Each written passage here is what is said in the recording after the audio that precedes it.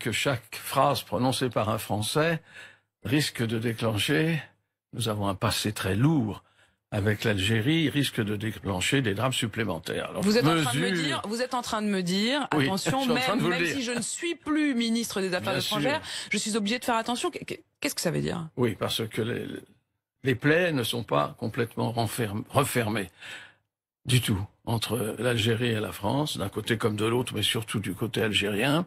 Et donc il faut faire attention. J'ai quelques expériences. C'est cuisant.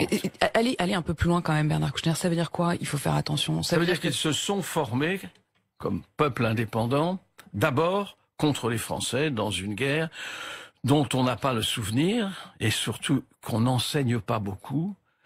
Ça fait pas partie du cursus des études. Il y a eu une guerre horrible avec l'Algérie. Des deux côtés, de grands malheurs.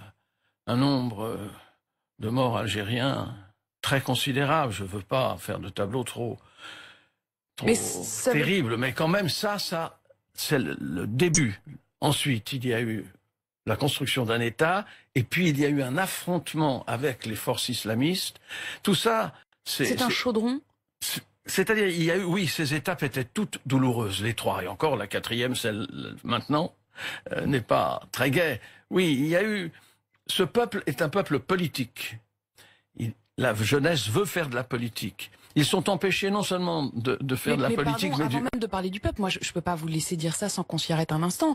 Est-ce que ça veut dire que la France doit se taire? Mais non, ça veut dire que la France soit prudente et qu'elle soit pas arrogante, et ça suffit. Et qu'elle considère que l'Algérie, c'est comme ça, est un pays indépendant.